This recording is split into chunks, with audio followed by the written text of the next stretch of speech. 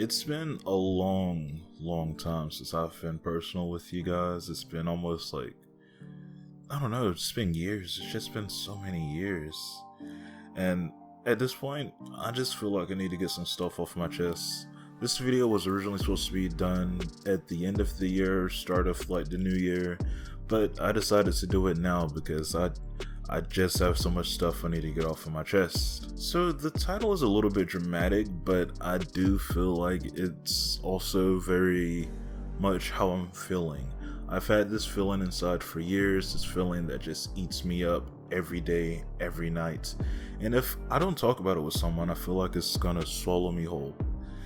And I'm not medically diagnosed or anything, I'm really not, but I think it's safe to say that I'm depressed or just super stressed or something. I don't really like using the depressed word. I don't know. I just don't like using it. Before we get too far into this video, before we get too far into talking about depression, let's go ahead and answer the question. What is depression? According to the Mayo Clinic's website, posted in February of 2018, depression is a mood disorder that causes persistent feeling of sadness and loss of interest, also called major depressive disorder or clinical depression. It affects how you feel, think, and behave and can lead to a variety of emotional and physical problems. You may have trouble doing normal day-to-day activities, and sometimes you may feel like life isn't worth living. Some of the symptoms they mention include feelings of sadness, cheerfulness, emptiness or hopelessness, angry outbursts, irritability or frustration, even over small matters, loss of interest or pleasure in most or all normal activities such as sex, hobbies, or sports, sleep disturbances including insomnia or sleeping way too much, tiredness or lack of energy, so even small things take a lot of effort. I'm not trying to be too dramatic, but depression is a really big problem within this generation. And the generations from before just kind of ignore it and doesn't pay it any attention, which makes it really weird and awkward, honestly. I want to preface this by saying yes, I know my problems are first world, and I also want to state that literally anybody can suffer from depression, whether it's first world, third world, rich, poor, middle class. Literally anybody can suffer from these exact issues. So do not dismiss somebody's problems by saying, oh, you got money, what's to worry about? Or you live in America, where you aren't controlled by your government. Do you really have any problems? That comes off as very dismissive and quite frankly very ignorant, and then you wonder at the end of the day why this person ended their own life. I really don't know how to start this. I feel like if I start naming stuff, naming somebody, I feel like I'm blaming it on something. And I don't want to blame it on something. It feels wrong if I blame it on something. That's something I don't want to do. It's very easy to trigger depression. It can happen from a lot of stuff. Shock, being sick, loss, whether it's death or in a relationship, stress. A lot of stuff can happen that causes depression. So the question is, why does this stuff happen? Why does this cause depression? From my own experience in the NHS website, it happens when you are in that downward spiral and can't find a way out and refuse to find a way out. That's when it hits you at your lowest. And for some people, it stays with them ever since and flares up every now and then. Or at least, that's how it works for me. Something so mundane and stupid as petty high school relationships has me kinda in this empty feeling, and it's very weird. No matter how many times I laugh, how many times I smile, how many times I put on that great brave face, it's a feeling that always sticks around. And at this point, I wonder if it's something deeper than just petty relationship stuff, because I'm over most of the stuff that was aching me on during high school. Just like every place I go to, I always get this feeling that I don't belong, like I'm meant for something different, something more important. I always get this feeling, rather if it's school, college, on my party, like work, it doesn't matter where it is, I always get this feeling that I just don't belong here. I'm not like the rest of these people here. I'm supposed to be doing something that I feel like is important to me. It's to the point where I didn't make a single friend in college, and the only people I talked to were the people I associated with certain classes with. And after that class was over, after that semester was over, I never spoke to them again, never texted them, called them, anything. I don't like parties. I hate parties. I never go to any parties. I never talk to my shitty roommates because they're shitty for one thing. I simply just stayed in my room 24/7 doing nothing but schoolwork, YouTube videos, and basically anything else. I was like that for 4 years straight. That's not to say that I don't have any friends. Of course, there's the people of Scooge, my friends of Scooge. We've been friends for longer than Scooge. But I like saying my friends of Scooge, Skrills, JMash97, and even FizzGig sometimes. The times I hang out with them, whether it's not too long, whether if it's a couple minutes, only for doing the episode of Scooge, it's always just the best of times doing stuff with them. But after it's all over, I still feel alone. I am back left being alone. I feel like a helpless puppy that doesn't know what to do. It's just sitting there sad, wondering when its owners are gonna come back. And why is that? I don't know. The feeling of loneliness can come from a lot of places. According to the Priory Group website, it can come from losing someone, in a relationship, relocating, childhood trauma, and even physical health can contribute to loneliness and depression. If any of you, and I mean any of you, are feeling like this, please call this hotline. I'll also put it in the description and the comments down below as well. Genuinely, if you feel this way and have nobody else to talk to, at least these people are willing to listen to you. Personally, for me, I also attribute YouTube as the problem as well. I've been doing YouTube since 2015, well 2013, but on this channel since 2015. If you've been following ever since, you've seen my content evolve from doing skits to reactions to commentary, reviews, and whatever I'm doing right now, whatever you'd like to call this. From my own experience as a smaller channel, YouTube can eat you up if you allow it. You can get obsessed on views, subs, and eventually either burn out or hate what your channel has become behind the scenes. There are a lot of YouTubers who have this feeling of lackingness or feeling that they aren't doing as much as they can. If I remember to ask somebody, I'll get some YouTubers to talk about their burnout or feeling of lackingness. Or maybe I'll just put some people talking about it right here. Instead of asking, I'll just use their videos and stuff, you know, because I can do that because YouTubers aren't dicks about copyright. Well, some are. But here's some YouTubers talking about their burnout problems. Yeah, I was just got really miserable doing the types of videos I was doing after a while. It was like a whole month where I was like, this is crap. Yeah. Like, I'm uploading shit just for the sake of uploading, and I was so stringent on my schedule. Of just how fickle this entire YouTube dream really is. People of the older generation say that, oh, you know, YouTube is very much an unstable job. It could die tomorrow. It could easily just go to shit tomorrow. And you know what? They really are right on that fact. But I always like to think that YouTube, as of 2021, has turned into an occupation that really is not that much different from a regular day-to-day job. We have to keep on working and producing results in order to keep our jobs. And we do have a boss, aka YouTube or Google, however you want to look at it. It's just that unlike a regular day-to-day job, the amount of work we put in, the amount of hours we put in, doesn't exactly correlate to what is required to hold on to that job. For me, I've been feeling an emptiness or a deep sorrow since around May. Since the change in my content from January to April, it felt like a big success of what I wanted this new content to be, but from May or June till now, I haven't been hitting those highs as I was before. Everything since then has been on the lower half of that ranking system that they put in the YouTube studio, and I cannot figure out why. It's been to the point that I've tried advertising on YouTube in October, like literally advertising my videos on YouTube. That's how those videos have gained a lot of views and people found and subbed to me, but after I stopped, just like that, the growth stopped. And that's where the burnout and emptiness kicked back then. That's what brings us here today. I hate myself.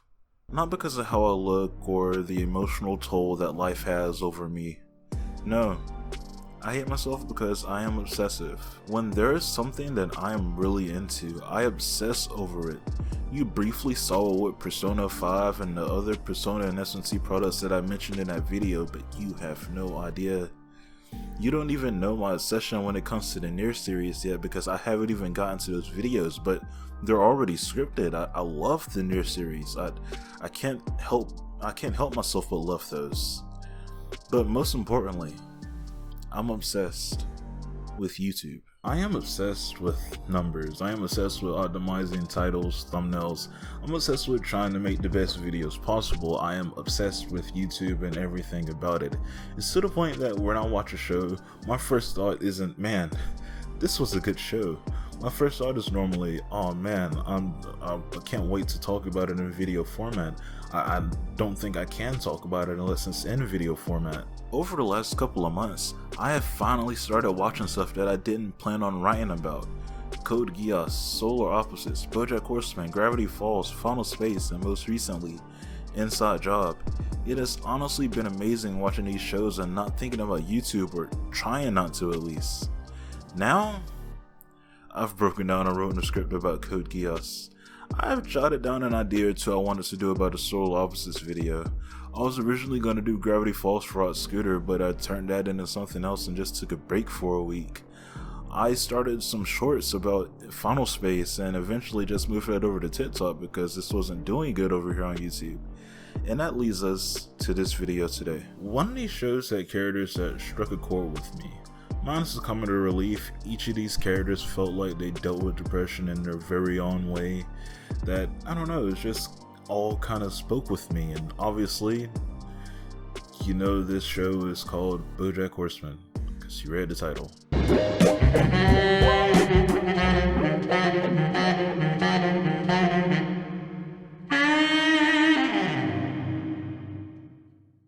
Bojack Horseman is an adult animated show on Netflix, created by Raphael Bob Waksberg. Sorry, I know I probably butchered your name there. The basic premise of Bojack Horseman is that he is a washed-up actor from the 90s sitcom series who wants to be back in stardom because he believes that will somehow make him happy. He just wants to be happy. This show is exactly what I needed at the most right time I could possibly watch it. It somehow tackles depression in ways I haven't seen before outside of the 1 or 2 times Rick tries to kill himself in Rick and Morty per season. But somehow, similar to Rick and Morty, it does disguise it as a normal adult comedy cartoon. Most characters within this show tackle some sort of sadness or emptiness that they have to deal with.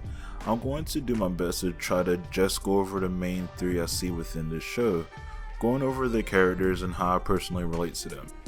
The 3 I'm going to touch on are Bojack Horseman, obviously, Diane Nguyen, obviously, and Mr. Peanutbutter.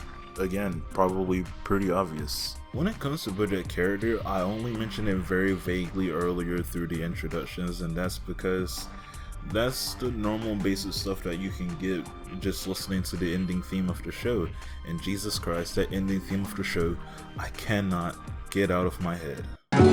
The whole first season is a setup to just deep dive into his character, into his past, and figure out why he is who he is today.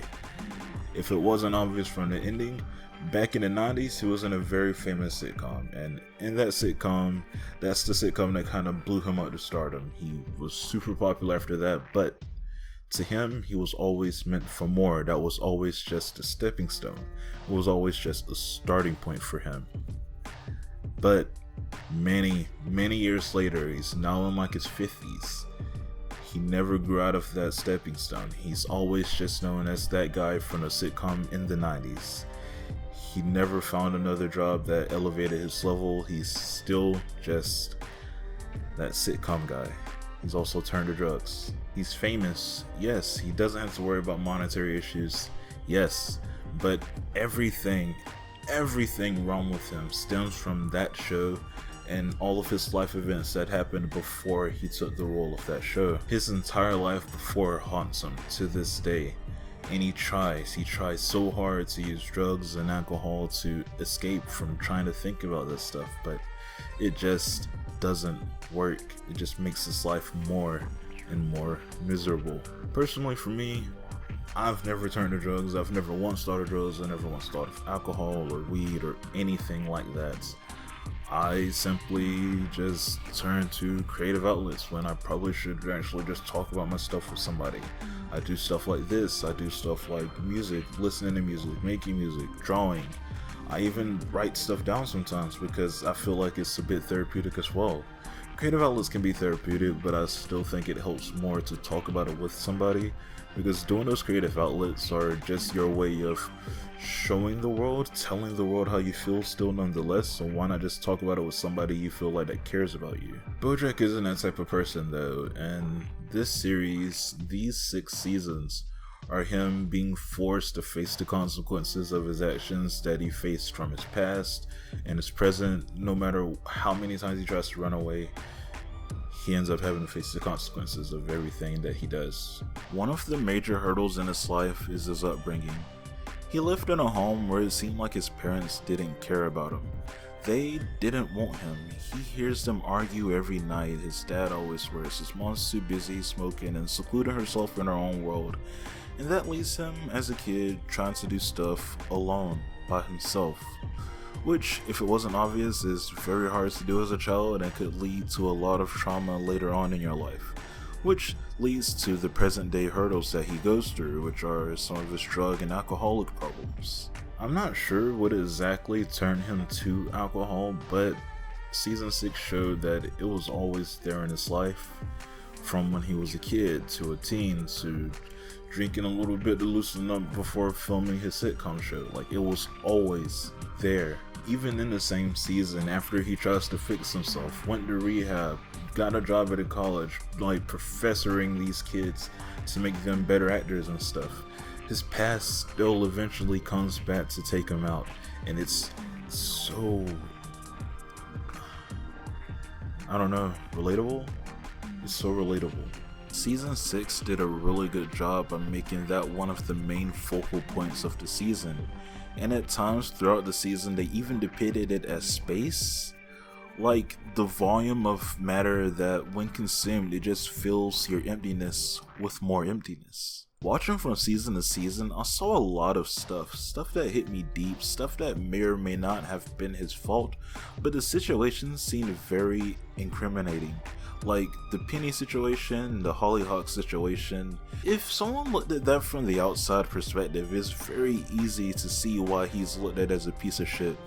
He doesn't make it any better by being super obsessive over that or becoming an asshole about it. But when looking at it from his perspective, it's relatable. Maybe too relatable, but relatable nonetheless. This and even other characters I'm going to talk about give off the message that life is full of mistakes, and it's how we handle those mistakes and let it mold us that make us who we are in the end. At the end of the day, this is a comedy, and I could just say Bojack's an asshole, and I'm an asshole, and that's why I relate to him, bada boom bada bam, that's it. But I would be horribly mistaken as to if that is the true extent of my relation to Bojack Horseman. Once the curtains are peeled back, you realize he's just someone who has never felt love. From how his childhood was to all the different one-night stands and commitment issues and drugs, he drove everyone away and never felt loved, and anyone that is ever nice to him, he develops feelings for. That is so common to me and gives me enough reason to say I relate to Bojack Horseman. And it breaks your heart again. Diane Nguyen is a Korean American who moved from a shit state all the way to Cali in order to pursue her dreams of writing a really, really good book. This on the surface is very similar to Bojack's situation. Diane feels as if she was put on this earth for a purpose. She feels like she was put on this earth for people to relate to her books. She writes for a purpose. She wants to write to better society, to better the world in her vision. But it's been years at this point, and she can't find that breakthrough. She wants to make this big book about her life, and hopefully somebody can relate to it, and hopefully it changes somebody's life, but it's been years, and she hasn't been able to do it yet. For those who do not remember, she was hired during season 1 to write Bojack's life memoir because he seemed not to be able to do it alone. She wrote it very differently from expected though. It was supposed to be like an autobiography, but she made it way more personal and wrote it about her experiences she's had over the last couple of months getting to know Bojack. Diane's character, which we find out later on in the series, is obsessed with wanting to do something that makes an impact, that makes a change. I genuinely relate to this as well. This can go back to my music, this can even be said as the reason why this video is being made. To impact someone's life with something you make is a feeling that never gets old.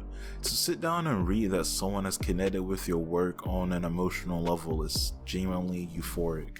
With this obsession, it does come with the feelings of you'll never be good enough, you'll never do anything good enough to make it, you'll never change anybody's lives for the better. And she has to deal with that, and for the better or worse, she drastically changes because of it. All of these changes can go under the category of finding oneself. She even went through this identity crisis and didn't know who Diane was, and all of that built up to one episode where she ends up going to Korea because she just feels like she needs to relate to somebody. Once there, and once she realizes she doesn't know a single person, a single piece of the language, and all the tourists visiting thought she didn't know English, she was more alone than ever before in the series. Let me tell you from experience, this is exactly how moving feels. It's something that is hard to get used to. Over the past 4 years, not knowing a single person, not bonding with a single soul, only going to the places I needed to go, moving sucks, and if you don't make that initiative to go out and get to know your environment and people around you, you're going to be alone, and that's very hard to do for an introvert. Now, don't get me wrong, there were some questionable choices that she made that made me feel iffy about her character, like breaking up with Mr. Peanutbutter and still hooking up with him later on and basically ruining his new relationship. But honestly, that's what depression does. You're not sure about your feelings, you want to leave sometimes, and other times you want to stay and smell the roses. The mind is a tricky place, and it can mess your life up if you let it. That's Strip. JD Salinger presents Hollywood stars and celebrities. What do they know? Do they know things? Let's find out! Now for one of the most positive and optimistic characters of the show. It's kind of upsetting that they decided to do this to this character because he was originally just this stereotype that we see as dogs, just overly positive, overly happy all the time. But I guess they couldn't keep him that way. They had to make him change. They had to make him relatable. He had to feel like he wanted to grow. He felt the urge to grow, want to change. And he's even made mistakes as well. It's very rare for a dog. Mr. Peanutbutter. A character that was mostly used throughout the show as a comedic relief character, hence the reason why he was paired with Todd. I never felt one way or another about him at first really, but he was always just there, and he did also have some really good one-liners every now and then. Like, for some reason, I really enjoyed the crossover line. It's just a really good line. For the first half of the series, he was a comedic relief character, but he was also dating / married to Diane, and their relationship was weird. Anytime Mr. Peanutbutter ever did something nice for her, like throw her a party, want her opinions on things, have renovators make her a whole ass library room, she always found problems with that stuff, and it was fine with the party because it was an example of Mr. Peanutbutter being the positive, over the top person that he is and not listening to what she likes and dislikes. But the other situations were from him wanting to listen and wanting to know more about her, but she still found fault with it, to the point of breaking up with him over the library situation. I maybe feel a bit too much for Mr. Peanutbutter because I feel like that kinda was me in grade school. Super nice, just being me, kissing up to the teachers, doing all my work, giving my teachers Christmas gifts or gifts because I'm graduating or moving out to the next grade. It's weird to think back on because I wouldn't do that now. I don't know if there's a reason why I wouldn't. Do I feel like I'm too old to do that stuff, or is it because I was forced by my parents and never really wanted to, or is it because some sort of event happened, like students were saying stuff about me or something? Like, I honestly don't know why I stopped. I know one thing that made me less nice and in this empty feeling, and that was relationship problems, which Mr. Peanutbutter had in full. After his relationship with Diane, he quickly rebounded with a cute pug named Pickles. They both shared this bombastic energy and seemed almost perfect for one another, except Mr. Peanutbutter was still hung up on Diane, and he always talked about her, and that made Pickles feel super insecure and like she has to live up to the standards that Diane made, which definitely wasn't the case. She didn't have to do that, and after everything calmed down, Mr. Peanutbutter fucked up. He's so fucked up and ended up cheating on her with Diane, which just sucks. It genuinely sucks. Like, God, I hated that scene so much. It so fucking sucked. I can't relate to cheating on somebody, but I can relate to after the relationship is over, you want to move on, but you're still thinking of that person every now and then. You still want to be with that person. You love this person. You're almost obsessed with this person to the point that if they said they changed their mind and they want to get back together with you, you'd jump at that chance in a heartbeat. No matter if you're with somebody, doing something better with your life, it doesn't matter. It's nice to see that portrayed in an adult animated show. It's nice to see all of this portrayed in an adult animated show, because most adult animated shows are normally just haha funny sex joke. Oh my god, did you get that? That was a sex joke. Oh my god, there's a sex joke. Haha. But I do kind of wish that they left Mr. Peanutbutter alone. I would have liked them to be happy, or at least still have some bit of innocence by the end of the show. But if they did that, it wouldn't be accurate representation of life. It wouldn't be an accurate representation of how society treats you, how you change based on society and the people you're around with. So, with that being said, I guess I understand. You're never going to be innocent, no matter who you are, and no matter how hard you try. These characters, each in their own way, exuberate something that I can relate to myself and also correlate with depression. Each one has a legitimate reason as to why they feel the way that they do. No one feels like they're sad for the sake of being sad. You could argue that with Diane, but I disagree at this point. To tie this back around to depression, I want to end this off on a somber note for anyone out there that also feels this way. I know this world treats you so wrong, so wrong. I know you want a better life for yourself and you don't see any way of getting out of this deep sorrow that's drowning you down, but let me be the first person to tell you that it will be fine. Everybody says that, I know, but it's not because they don't get it, it's because they have been there and they know it will be fine. You aren't the only one that's going through this, so if thinking about fighting together with others makes you feel like you're in a better place, makes you feel like you can do it, then do it. I believe in you, and you can do whatever you set your mind to. Trust me. Just look at Bojack. He started off the series in his 50s with his life full of drugs and alcoholic problems, but that didn't stop him from wanting to change and make his life better, and even though the ending may not seem as if he did, I think he truly found peace within himself for once in his life. You can accomplish anything you set your mind to. Trust me. Trust me.